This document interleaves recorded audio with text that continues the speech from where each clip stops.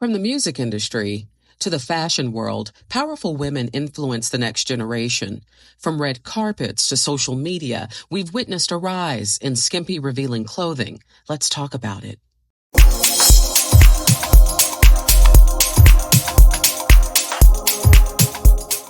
Hello and welcome to Real Talk Table Talk.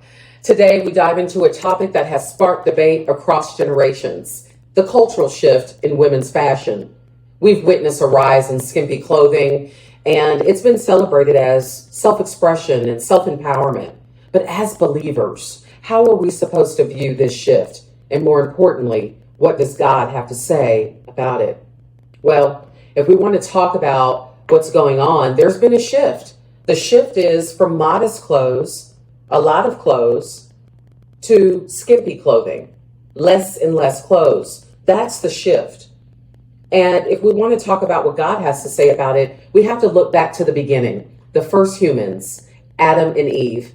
God put them in a paradise called the Garden of Eden and gave us one commandment as humans: to not eat from the tree of knowledge of good and evil. But as we know the story, Eve eats of this forbidden fruit and she shares it with Adam. Then the eyes of both of them were opened and they realized they were naked. So they sewed fig leaves together and made coverings for themselves. So we see that the first humans were naked. God created us naked without any clothes. That was God's original intent for us. But when we separated ourselves through sin from God, we separated, His glory was removed from us, and we recognized that we were naked. And so we as humans have a human instinct to cover our private parts. It's natural to cover ourselves. And so the first clothing was fig leaves sewn together. And so we know, again, to cover at least our private parts. No one typically goes out naked. We have laws against that. In most jurisdictions, there's some criminal statute, right, that includes a crime of being naked. It's called indecent exposure. And if you show your private parts in public and you alarm someone, you've committed a crime in our country. And so us as society, we know decency. We know that we're supposed to be covered. But why is it that we're coming outside with less and less clothing? Let's take a look at what the word has to say in 1 Timothy chapter 2, verse 9. And it reads, "I also want the women to dress modestly, with decency and propriety." And so in that verse, we recognize that God is speaking to modesty, decency, propriety. Well, modesty never changes. Modesty does not exploit the body. That means you're not showing every nook and cranny, right?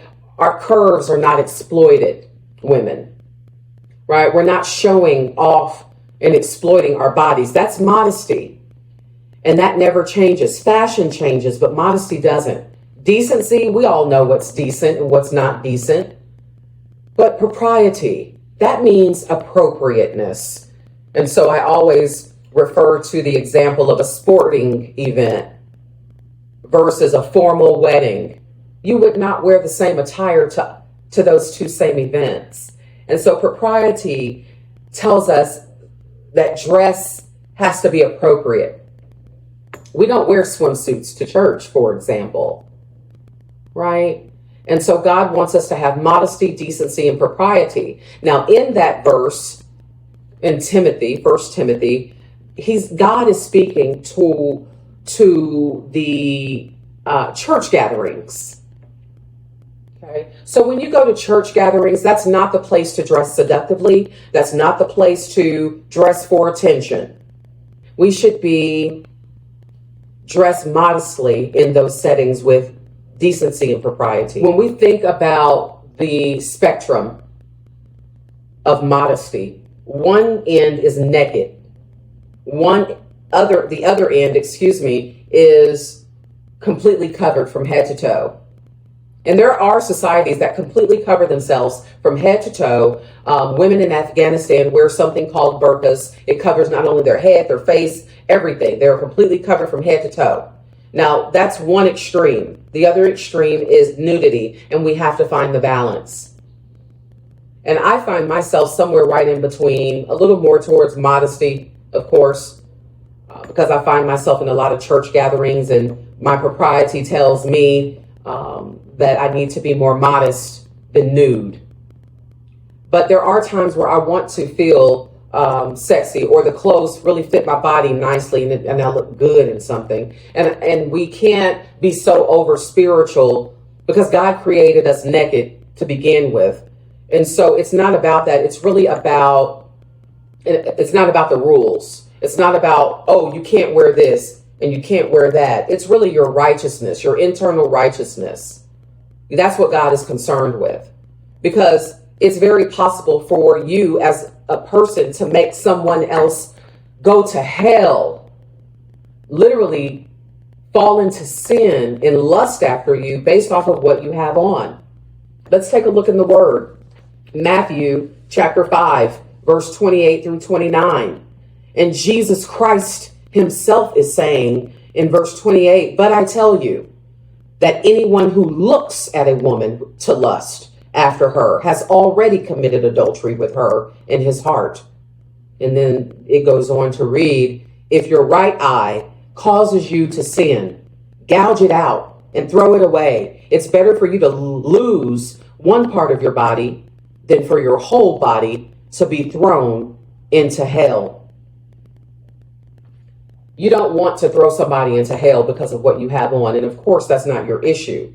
But you do have some control over seducing people, right? Because when you dress sexy, you have sex appeal. And with sex appeal, you're appealing to someone's sexual nature.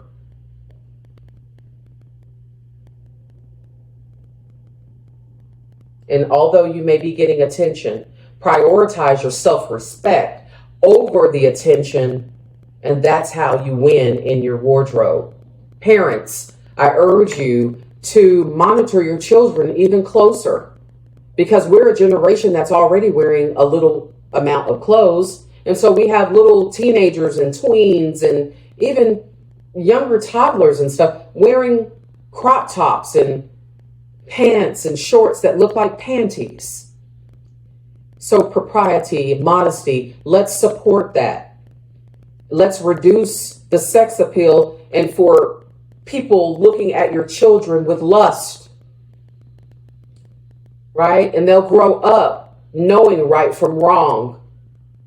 What's scary is people who don't think that wearing little to no clothes is a problem, and it is. And our compasses, our moral compasses are really shifting as well. So I just urge everyone, to put some clothes on. And that's real talk. Do you desire a closer relationship with God?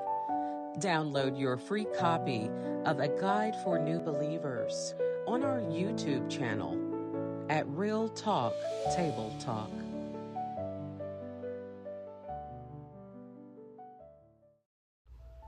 Included with your gift of $35 or more is a beautiful Talit prayer shawl. Text 1, that's WON, to 53555, or visit our channel at youtube.com at Real Talk Table Talk.